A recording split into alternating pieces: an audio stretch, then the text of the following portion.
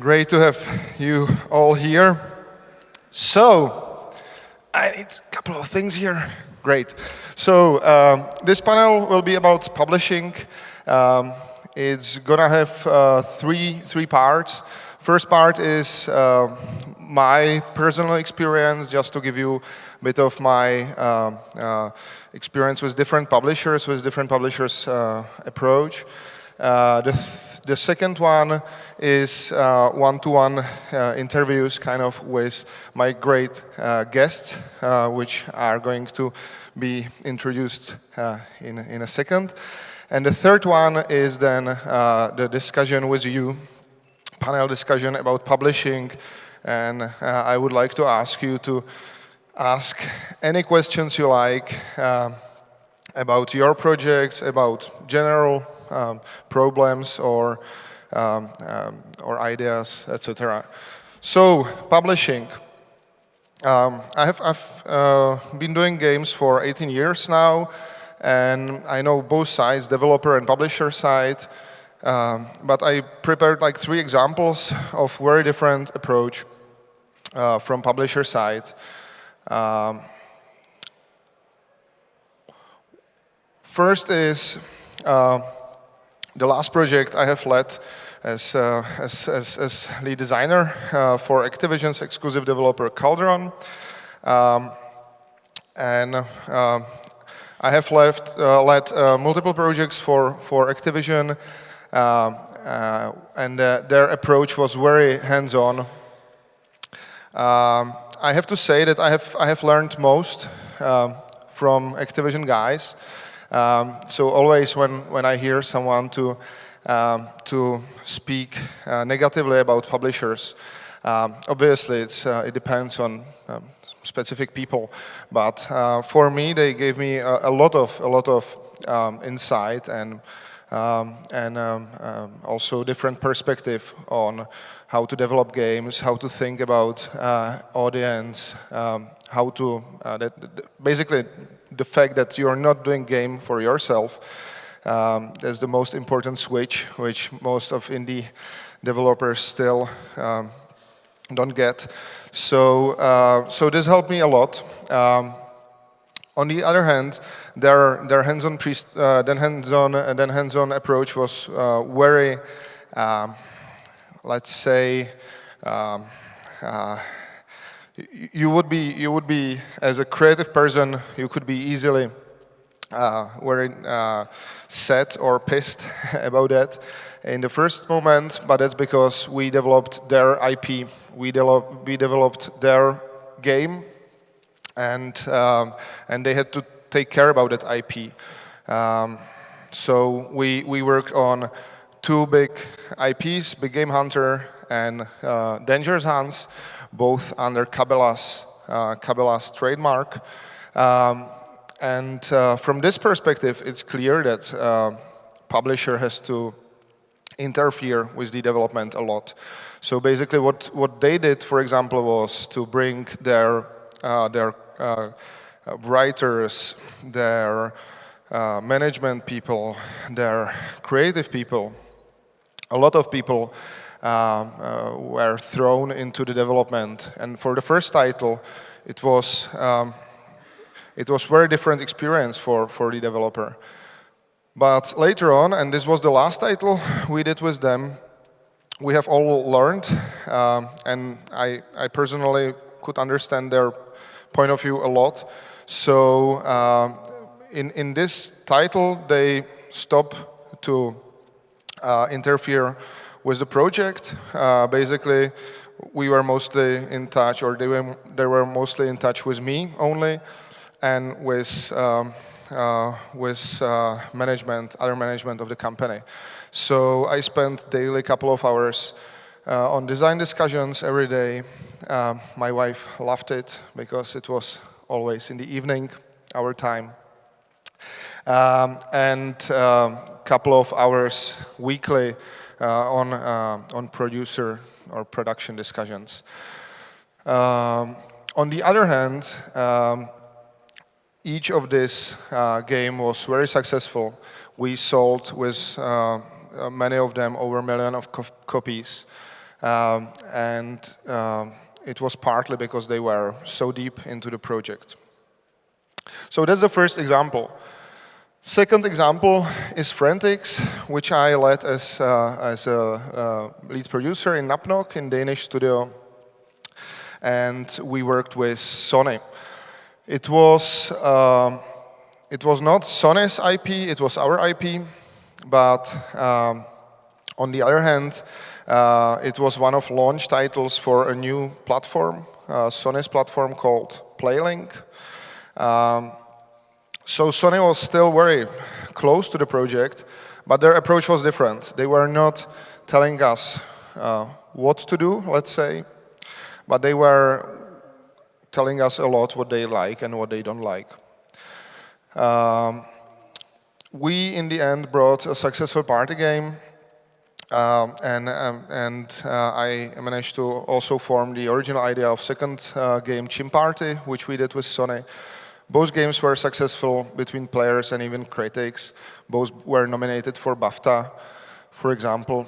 And I believe, again, the reason was that Sony was really looking on the game a lot, giving a lot of feedback, and working with us very closely. The third example is our current game called Law Zero. We are doing it with GoldKnights, Prague studio GoldKnights, and this is a bit different experience because it's smaller studio, indie studio, and what we are now doing is basically transforming this studio from like a couple of people, let's say 10 plus people, to a bit bigger studio, from indie title to like AA word of titles. But here is the nice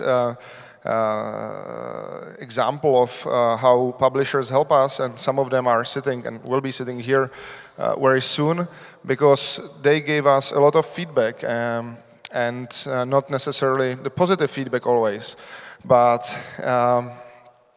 it helped us to make a huge step forward in this year from the game, which was mostly like a copy of Souls-like game, to the game which is now very, I would say, unique, and it stands out of crowd.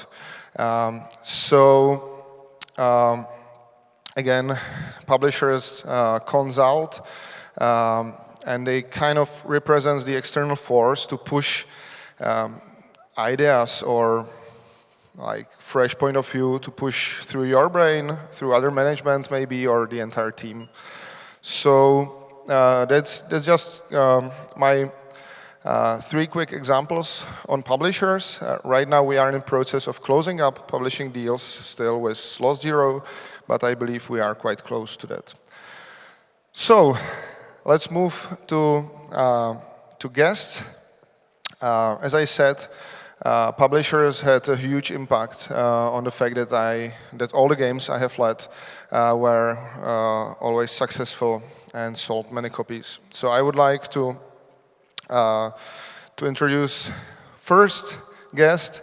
It's Anton Ravin. He is director of 1C Publishing. Anton. Hi. So here, please take a chair. Hi, everyone. So you have basically formed the entire publishing section of 1C. So can you tell us a bit of this story? Sure. So I didn't build the entire 1C publishing, just to make sure there's proper understanding, but I did build the indie publishing unit. Before I came on board, 1C was predominantly publishing games developed either internally or externally based on 1C IPs. So the task was actually very tough, you know. Indie publishing is very tough. It has been very tough a few years ago. It is even more so right now. And we've just been moving gradually, and we have been experimenting a lot with indie games. and learning from those experiences, which were not always successful. However, by constantly being present on the market, constantly experimenting, constantly learning, we have acquired the expertise that I would call right now very up-to-date in terms of indie game publishing.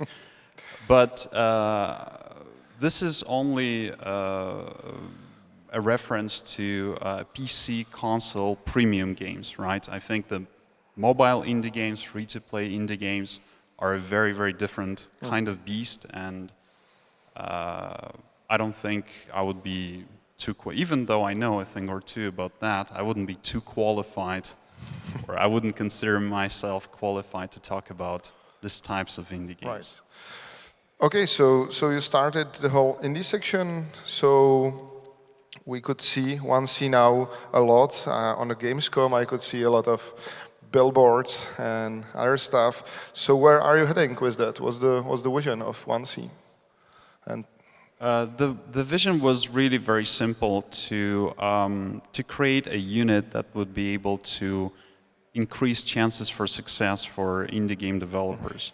The idea from the very beginning was that since the market is very saturated and it's getting increasingly more saturated, how do we develop mechanisms, practices, and rituals that would enhance indie publishing for independent developers, while not intervening too much or not intervening at all with the development process. So the vision was always that we don't take too much of the project management upon ourselves. We keep the creative process with the developer, and we focus on increasing their chances for success in terms of marketing, PR, and distribution. all right. Okay, so you mentioned that 1C had a publishing section before, so can you a bit more describe the 1C structure in general? So 1C is a larger company, right? Headquarters is in Russia, and 1C has a retail publishing unit with 1C Soft Club in Russia that publishes all the big AAA titles in retail.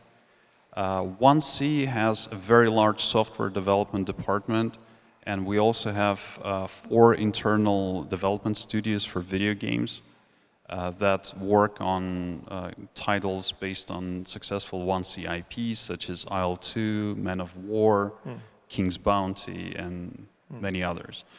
So aside from this, we have several companies in Europe. We got Senega, for example, here in Czech Republic, and then in Slovakia, Hungary, Poland.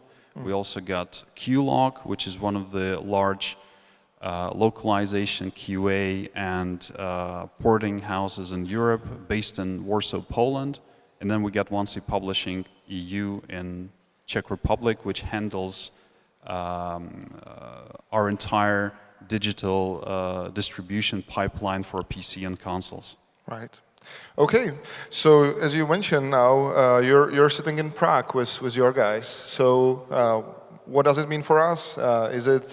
It's quite unique for Czech developers to have a publisher sitting next door. So are you focused on Czech devs, or was it just a good luck for you?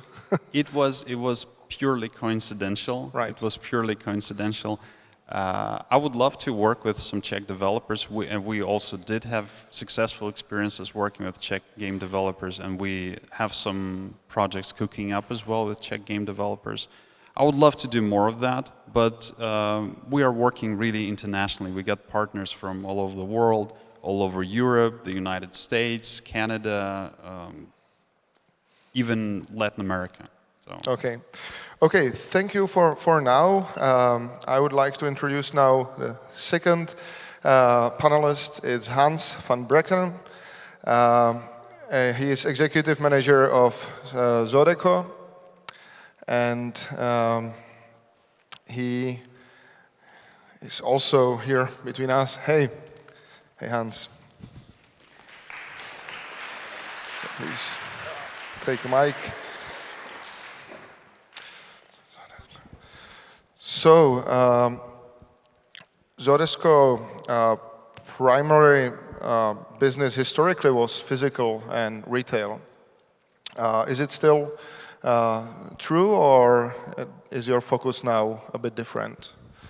So we started now around 5 years ago. It's actually next week, 5 years ago, when we published our first game. All right. And that was physical only. We made this decision because there was a huge background on the distribution side of software. So it was sort of an easy entrance into the market for us. Since then, we developed quite quickly our entire publishing pipeline. So now we do everything from digital publishing, physical publishing, porting, production support, marketing, PR, sales, everything you can name off, we can offer. Nice, nice. So how many games now you publish annually, or what's your vision for the next couple of years, let's say? So I think we are around 40 games. I stopped counting at some point. We always schedule around 9 games a year, and games always get delayed, so we always end up publishing around 6, 7, 8 games per year. Okay, okay. I think not maybe everyone knows that you have opened an office in Pilsen recently. So why are you expanding to Czech? What's your goal here? So we felt that in the Netherlands alone we were too limited. I mean, we have a very international vision of the business we want to do, and not just publishing but development as well. So in Pilsen we opened an office primarily focused on developing.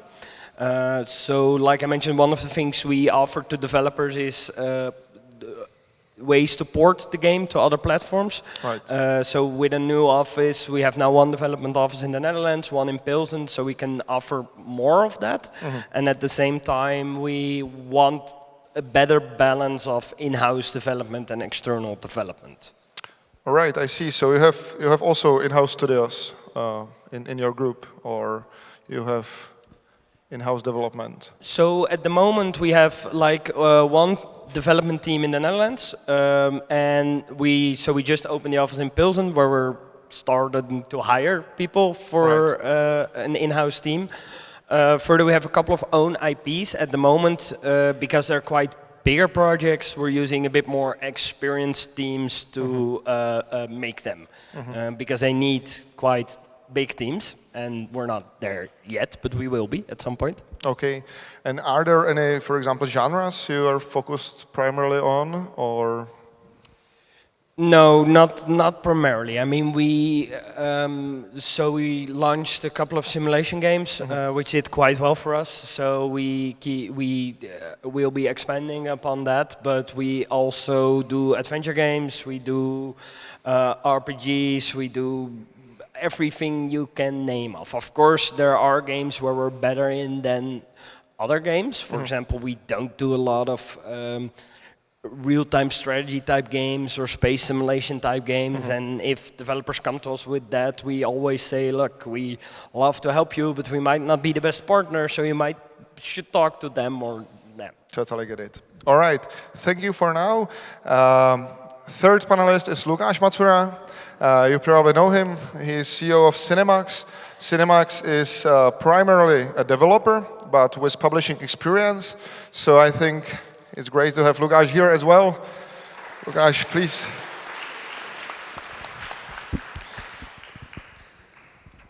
Hello. So I started a bit already. So you are primary developers, but self-published a couple of games and started publishing not only your in-house games, I guess. What's your publishing experience? We found Cinemax 21 years ago, and our primary goal was developing games. And you know that developing games is a long process. So 1 year after Cinemax has been found, we published first game which we didn't develop. All right. It was Ve stínu Havrana, And So it's 20 years ago. it was strange situation on Czech market because there was only one distributor for games. So we was first publisher, first independent publisher in Czech Republic probably, but this give us a lot of interesting experience for developing too. Okay. Okay. So you published your first game 20 years ago. What was your last game now? Last game was Jimmy's Moving Out this year, and this game we self-published and co-developed with small developer. As I mentioned, we are primary developers, but we are looking for new developers and help them finish game, polish, localize, and publish. Okay. So you have your in-house developers. So you're finishing games, you're porting games, or? Also, we can help with porting because we have long experience with Nintendo, and in future we will be able to help with porting to Xbox too. So what is the benefit of having like a publishing and development under one roof? It's most of developers think that publishers and distributors are evil, and it's very good to try the evil side to get knowledge that it's not true. Right, right. Maybe actually I can ask you the same question, guys. So you have also under one roof publishing and development. So why it's beneficial, or? So it's a couple of different things. On the one hand, it's like I mentioned, we don't want to be fully dependent on others. I just don't think that's a very healthy business model. But also it's a good way to actually help the developers, because I mean, like developers always have challenges keeping to their schedule, and normally when they try to explain it to us, it made no sense for me at all because I don't know development. Now, at the moment, we have programmers internally, designers internally that can help, that can give feedback, that can give advice. Right. So that gives us even more services we can offer to the developers. Okay. And the last thing is purely the porting. I mean, if I go to a developer and I say, hey, we would like to do a port and we can outsource it, then they not always trust because they don't know that outsourcer. They don't know me, but not the company I want to outsource it to. But if I tell them, look, we want to port your game and we have a team internally that can do it. So if something goes wrong, you can talk to me, you can come over, you can talk with them. It gives them a lot more trust. So it will help with that as well. Okay, the same question on you. Right, so the most important thing obviously is that with internal projects we can develop, perhaps more expensive projects compared to your standard indie game and hopefully move some good revenue. As a side effect, we build processes, we build expertise in development, so we get qualified people internally, but we also build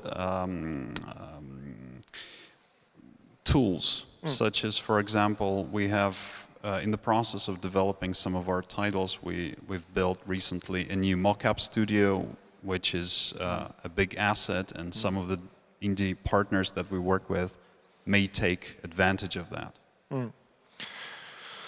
All right, so maybe the last question on Lukáš. We already started a panel discussion, kind of, but you said that your first game was 20 years ago you published. The last one was this year. So how got the publishing changed in those 20 years, 2 decades? It's changed a lot because when we start developing games, the most common case was that developer find a publisher to publish game, and now most developers can self-publish game on most of platforms. Right. Is it good for you? I'm not sure about it because there is so many games, and publish game and be successful on market it's very hard at this moment. Okay, I actually started a bit of the next part with this question, which are the main topics, and your questions, please, as well. So I'll ask guys to run with mics. So the first topic is, do I need a publisher as a developer? So why developers need publisher?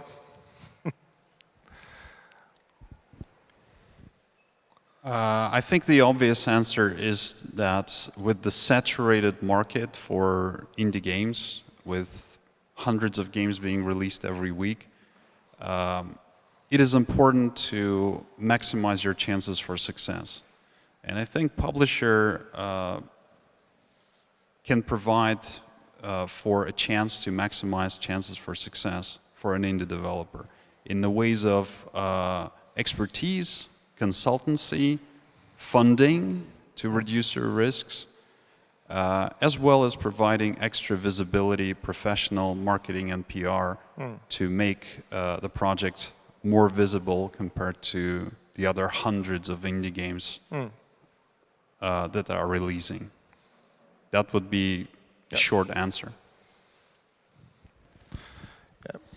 So the why is different for every developer, for every project, for every situation. I think the first question the developer needs to ask themselves is, say, how much do I want to sell? Or how much do I need to sell? And do I feel confident that I can sell this amount of units by myself?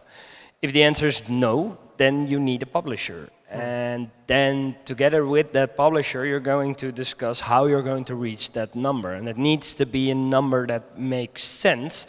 And you need to discuss it with the publisher. Because you can sign up with a publisher and you can have this number in your head, 100,000, 200,000, 500,000. But then when you launch, you might feel disappointed, even though the publisher might be, it's okay.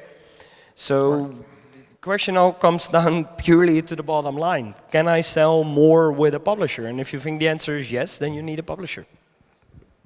Okay. I think that main reason why developers need a publisher is to share risk, because developing games are very risky. And if you have someone who is able to share risk of publishing of your game, it's always good, because it's first proof that it's not really a big mistake.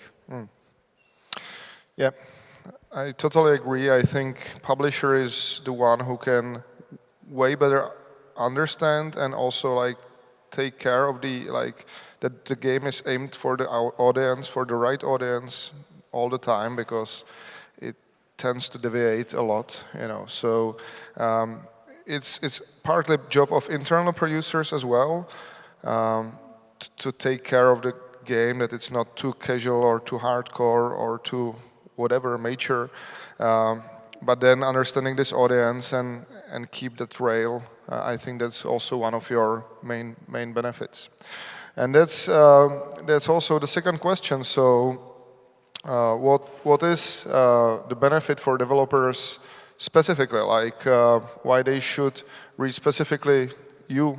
What's your unique selling point? Because that's what we are asked all the time. Hey, what's your game's unique selling point? But what's your unique selling point as a publisher? So I think that the unique selling point that we have is that while we provide the full package of publishing services, QA, localization, expertise, product positioning, project management, and so on and so forth, at the same time we leave the creative process as well as the IP with independent developers. And I think that keeping this creative freedom while getting the benefits of professional commercial service is what we offer, I think, in a more beneficial way than any other publisher on the market that I know. Can I just ask for this because I have never worked with publisher who has like complete hands-off approach and is not involved or deeply involved in like any creative decisions, etc. So how you can then control the product, how you can still manage to deliver it to the right audience as we discussed before?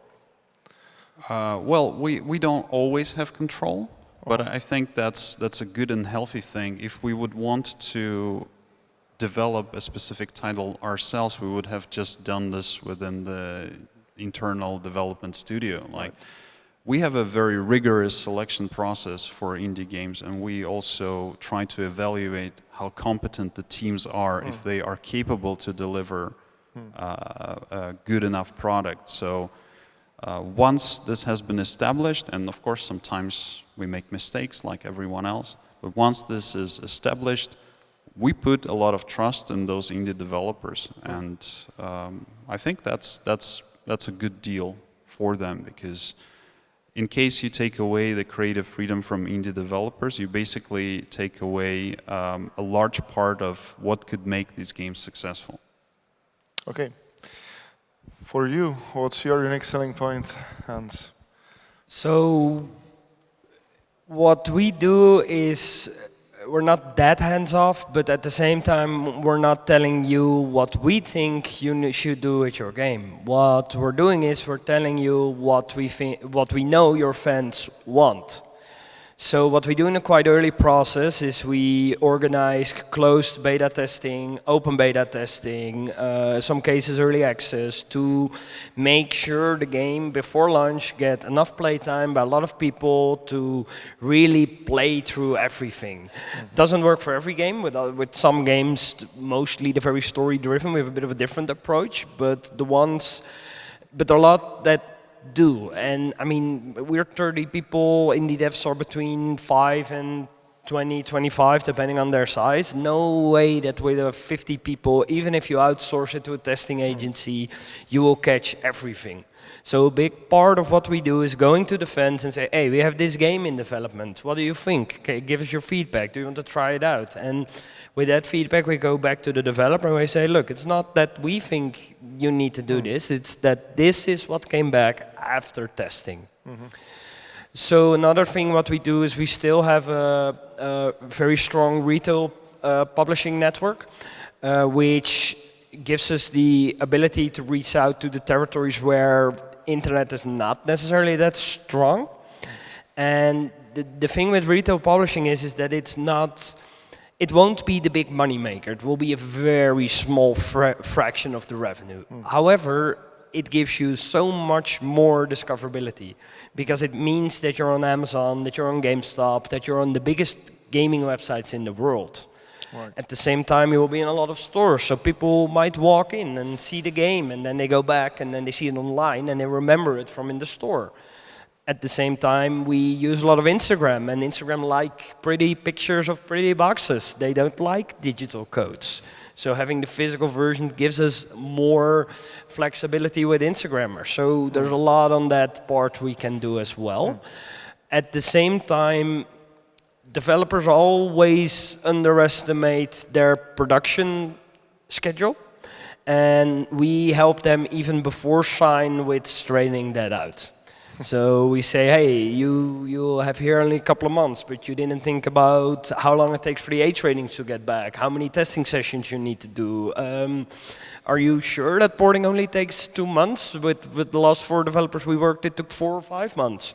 So all these parts, we give them advice, we give them feedback, and we help them with. So it's a combination of community building, producing support, making the game better together. Okay.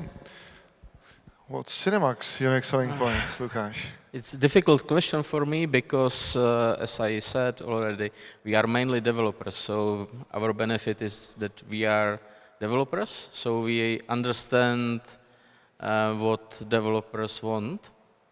But only benefit I can I can mention is that we have a lot of experience from both sides, from distributor, publisher perspective, but we are not looking intensively for games for publishing, so you should reach us only if you are so crazy, I think. You did also some local distribution of physical copies. Yeah, Is it still part of your business, or? 15 years ago, we start publishing games on Czech and Slovak market. Most of these games was localized to Czech with voiceovers, and we published more than 100 games on Czech market, and it gives us really good feedback from the other side, as I mentioned before. Okay. So before we start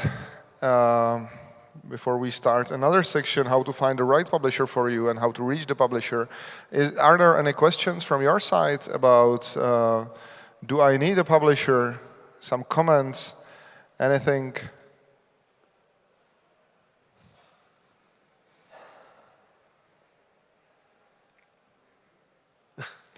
Check. Can you hear me? Yeah. Yes. So I hope it's related enough. I wanted to ask you, what's the most common reason why a developer is rejected by a publisher?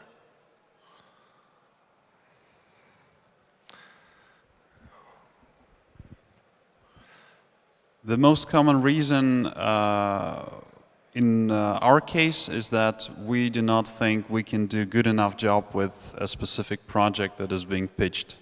Perhaps it is not a fit for us.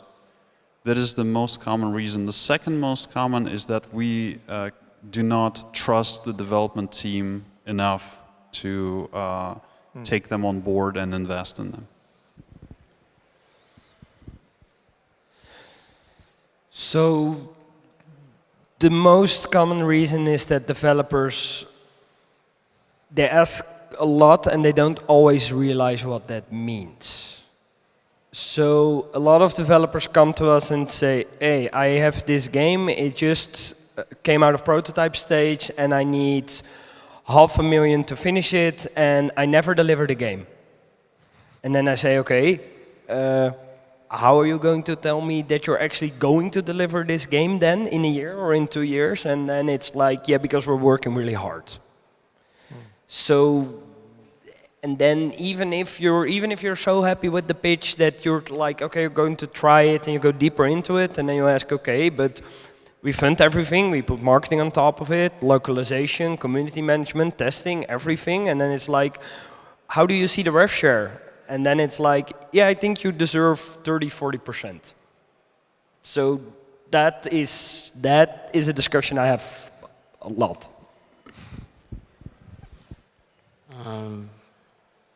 I'm not sure if we ever refuse developer, but maybe only if developer want money, because we haven't money. So it's very simple for us. Right. Okay. Is it good? Good. Any other questions? So we can move to another section, which is how to find a publisher. So there is actually more questions. I'll ask you guys, maybe just one or two of you answering each of these. So the first one that should be for all of you, actually, how to reach you. What's the most, let's say, efficient way to reach you? Because everyone knows that you have web pages and contact forms, but what is the most efficient way? The most efficient way to reach me is send me an email. Okay. It's the same. If you go to our website and use the info address, it ends up with me always, but I don't mind. I mean, email, LinkedIn, Twitter, it's fine. I know a lot of publishers who have full email box, and maybe Well, don't. If I don't answer, send it again. It's fine. All right. Don't send me emails, please. We can go to the beer and discuss. It's what I can offer. All right. So, if they reach you, what is the most important for you? Is it the vision? Is it materials they have? Is it the playable demo or seniority of the team? I understand it's everything, partly, but what is the most important for you? The absolute most important is definitely the playable build. Right. Like, if the playable build is awesome and the documentation is not awesome, or the development team is not super experienced, or other marketing materials that the indie developer is working on are not professionally done, this is all very well compensated for by an awesome playable build. So we're talking about the first email, right? So please don't send me a demo. I get a lot of emails per day. All right. I get a lot of emails that the only thing they do is they send me a demo. But I don't have the time to try all the demos in the beginning. So the first email should be this amount of text and attached to it a PDF with all the info about your game. USPs, some screenshots, ideally a link to some gameplay footage, and then shortly in there, what do you need? Because the thing is, it might be a game we don't do anyway, because we're not good at it. It might be that the budget you're looking for is not something that we offer. It might be that we have too many games, and we, at the moment, don't have the room to do a proper job for you. Then I only need that first page to tell you that. If I like the first page, then we move into demos, more background information, etc., etc. But the demo in the first email does not really work for me. All right, but from the other point of view, like, is it possible for you to even, let's say, evaluate game without playable demo? Like, have you ever signed off the contract without playable demo, or is the playable demo always the most important in the end? So we did a couple of ports. With the ports, it's very easy because the game is already out, so you can see how good it is, and then you don't need the demo. So the most important thing is the vision of the developer, because a demo is not finished. So, and especially the less experienced developers don't really know how to make a good demo. So the most important thing is the vision of the developer. But especially when a lot of money is involved, then we do need a demo. It would be crazy to invest 100, 200, 300K without seeing some kind of product that goes towards something. Okay. Lukáš, for you?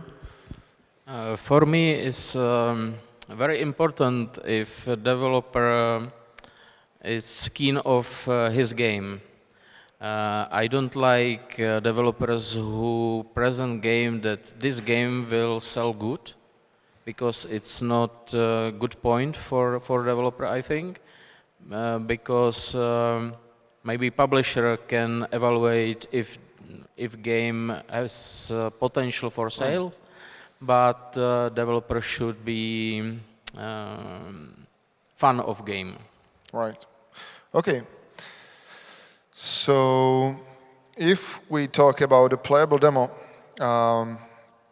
or in general, like the moment when you sign the contract, what is the best time or what is the ideal time? Because obviously, like for you, the ideal time would be the finished product. For developers, ideal time would be like super early prototype stage. But what would you recommend as like realistic time when to sign a contract, when to contact you? I would speak in general, because definitely I've signed some titles in the concept stage as well, and I've signed some titles in the prototype stage. But typically, it's vertical slice plus GDD. We have a very, as I already mentioned, we have a very thought-through and rigorous evaluation process. And we do read your GDDs and we do play your demos. Right. So yeah, demo, which preferably a vertical slice, and your GDD. So for me, it depends a lot on the experience of the team.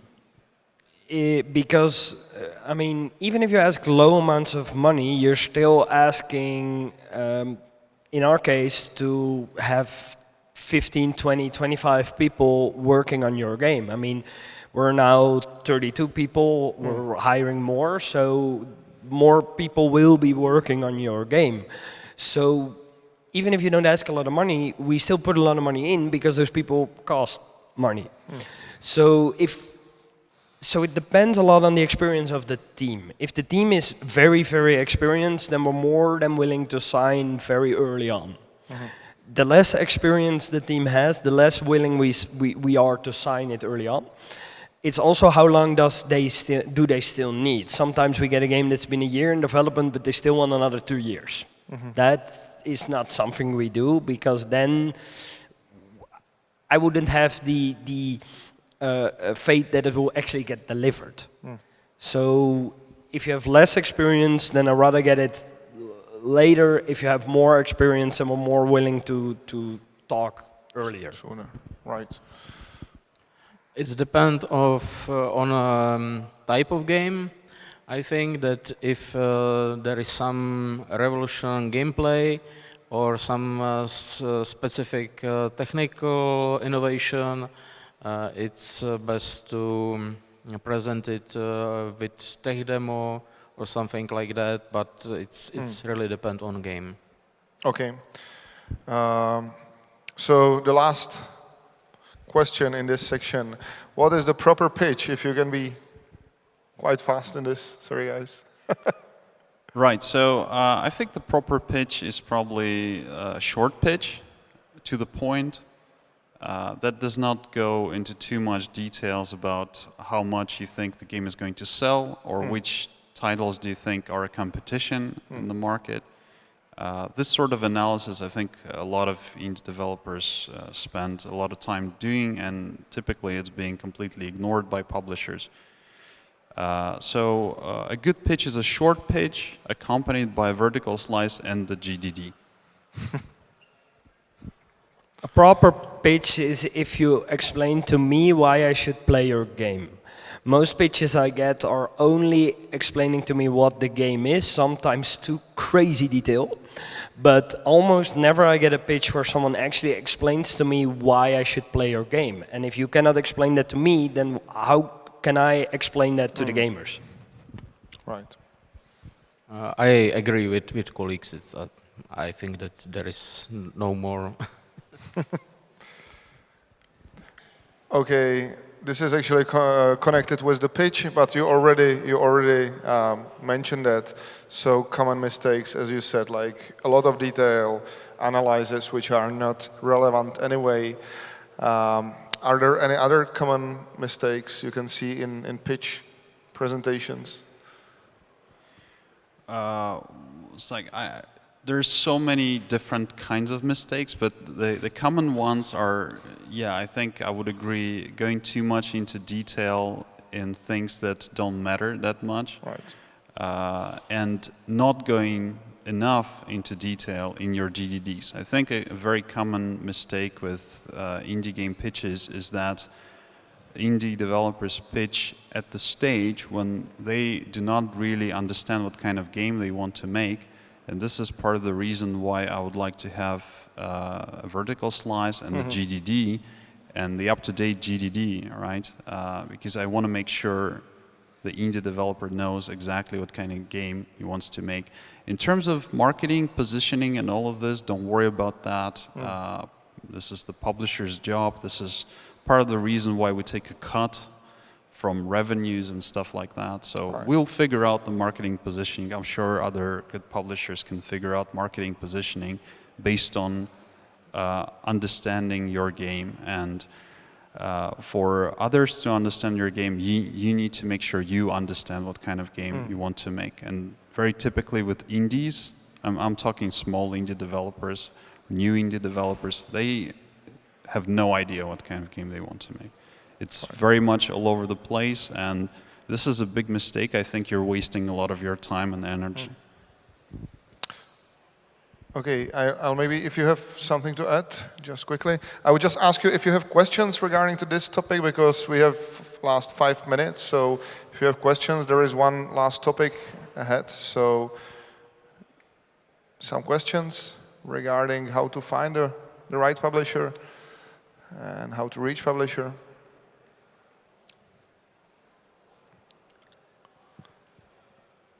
I would have a question about quality of the playable demo. Would it be, for example, for you okay if someone brought you a white boxed demo that I can barely hear you, sorry. I'll come closer. Now. So I wanted to ask about the playable demo.